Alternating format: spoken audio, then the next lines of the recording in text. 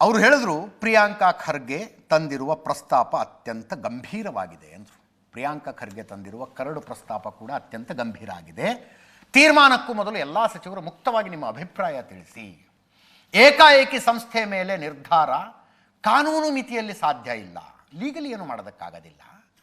ಮುಖ್ಯ ಕಾರ್ಯದರ್ಶಿಯವರು ಕೊಟ್ಟಿರುವಂತಹ ಸಲಹೆ ಸಹ ಸಭೆಯಲ್ಲಿ ಮಂಡಿಸಿದ್ದೇವೆ.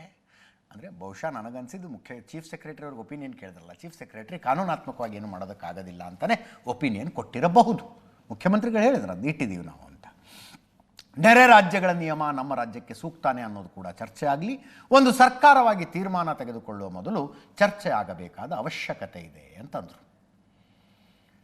ಅದಕ್ಕೆ ಉಪಮುಖ್ಯಮಂತ್ರಿಗಳು ಕ್ಯಾಬಿನೆಟ್ನಲ್ಲೇ ಇದ್ದರು.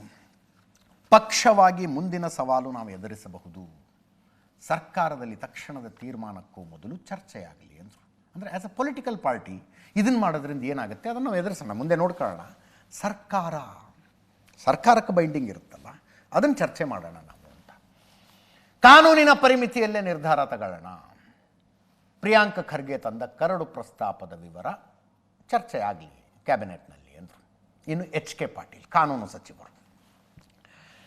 ಸಚಿವರು ಹೇಳ್ತಾರೆ, ಪಕ್ಷದ ನಿರ್ಧಾರ ಕಾನೂನು ಕಟಕಟೆಯಲ್ಲಿ ಹಿನ್ನಡೆ ಅನುಭವಿಸಿದ್ರೆ ತೊಂದರೆ ಇಲ್ಲ. ಈಗ ಆ್ಯಸ್ ಅ ಕಾಂಗ್ರೆಸ್ ಪಾರ್ಟಿ ಏನೋ ಒಂದು ನಿರ್ಧಾರ ತಗೊಂಡು ಅದು ಕೋರ್ಟಿಗೆ ಹೋಗಿ ಕಾಂಗ್ರೆಸ್ಸಿಗೆ ಹಿನ್ನಡೆ ಆದರೆ ಸಮಸ್ಯೆ ಇಲ್ಲ. ಆದರೆ ಸರ್ಕಾರದ ತೀರ್ಮಾನ ನಾಳೆ ಕೋರ್ಟ್ನಲ್ಲಿ ಹಿನ್ನಡೆ ಅನುಭವಿಸಬಾರ್ದು, ತೊಂದರೆ ಆಗಿಬಿಡುತ್ತೆ. ಇದು ಪಕ್ಷದ ತೀರ್ಮಾನ ಆಗಬಾರ್ದು, ಸರ್ಕಾರದ ತೀರ್ಮಾನ ಆಗಬೇಕು ಅಂತಂದರು. ಪಕ್ಷದ ತೀರ್ಮಾನ ಆಗಬೇಕು, ಪಕ್ಷದ ತೀರ್ಮಾನ ಆಗೋದು ಬೇಡ, ಸರ್ಕಾರದ ತೀರ್ಮಾನ, ಅದರಿಂದ ಭಾಳ ಎಚ್ಚರಿಕೆಯಿಂದ ತೀರ್ಮಾನ ತಗೊಳ್ಳೋಣ ಅಂತ ಎಚ್ ಕೆ ಪಾಟೀಲ್ರು ಹೇಳಿದ್ರು. ಅದಾದಮೇಲೆ ಏನು ತೀರ್ಮಾನ ತೆಗೆದುಕೊಳ್ಳಲಾಯಿತು ಅನ್ನೋದು ನಮಗೆ ಗೊತ್ತು. ಹಿಂದೆ ಜಗದೀಶ್ ಶೆಟ್ಟರ್ ಕಾಲದಲ್ಲಿ ಇದೇ ಥರದ ಇದೇ ಥರದ ತೀರ್ಮಾನವೊಂದನ್ನು ತೆಗೆದುಕೊಳ್ಳಲಾಗಿತ್ತು. ಸರ್ಕಾರಿ ಕಾಲೇಜು, ಶಾಲೆಗಳು, ಅನುದಾನಿತ ಶಾಲೆ ಕಾಲೇಜುಗಳು, ಮುಜರಾಯಿ ದೇವಸ್ಥಾನದ ಆವರಣದಲ್ಲಿ ಖಾಸಗಿಯವರು ಏನೇ ಚಟುವಟಿಕೆ ಮಾಡುವುದಿದ್ದರೂ ಸೂಕ್ತವಾದ ಪರವಾನಗಿಯನ್ನು ತೆಗೆದುಕೊಳ್ಳಬೇಕು ಅಂತ ಜಗದೀಶ್ ಶೆಟ್ಟರ್ ಕಾಲದಲ್ಲಿದ್ದಂಥ ಆದೇಶವನ್ನು ತಗೊಂಡು ಇದನ್ನು ಸ್ಟ್ರಿಕ್ಟಾಗಿ ಇಂಪ್ಲಿಮೆಂಟ್ ಮಾಡೋಣ ಅಂತಾಯಿತು. ಆದ್ದರಿಂದ ನೆನ್ನೆಯ ನಿರ್ಧಾರದಲ್ಲಾಗಲಿ ಇನ್ನು ಮುಂದೆ ಹೊರಡಿಸಬಹುದಾದಂಥ ಸುತ್ತೋಲೆಯಲ್ಲಾಗಲಿ ಗೌರ್ಮೆಂಟ್ ಆರ್ಡರ್ನಲ್ಲಾಗಲಿ RSS ಅನ್ನುವುದು ಪ್ರಸ್ತಾಪವಾಗುವ ಸಾಧ್ಯತೆ ಕಡಿಮೆ. ಪ್ರಸ್ತಾಪ ಆಗದೆ ಆದೇಶ ಹೊರಡಿಸಬಹುದು.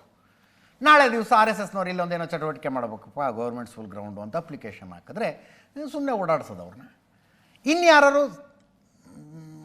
ಸೈದ್ಧಾಂತಿಕವಾಗಿ ಸರಿ ಇರೋರು ಹಾಕಿದ್ರೆ ಆಯಿತು, ಸೈದ್ಧಾಂತಿಕವಾಗಿ ತಮಗೆ ಹೊಂದುವಂತೆ ಇದ್ದವರು ಯಾರು ಅಪ್ಲಿಕೇಶನ್ ಹಾಕಿದರೆ ಆಯಿತು, ಇಮಿಡಿಯೇಟಾಗಿ ಮಾಡ್ಕೊಳ್ಳಿ ಅಂತ ಕೊಡಬಹುದು. ಆ ರೀತಿ ನಡೆಯುತ್ತಷ್ಟೇ.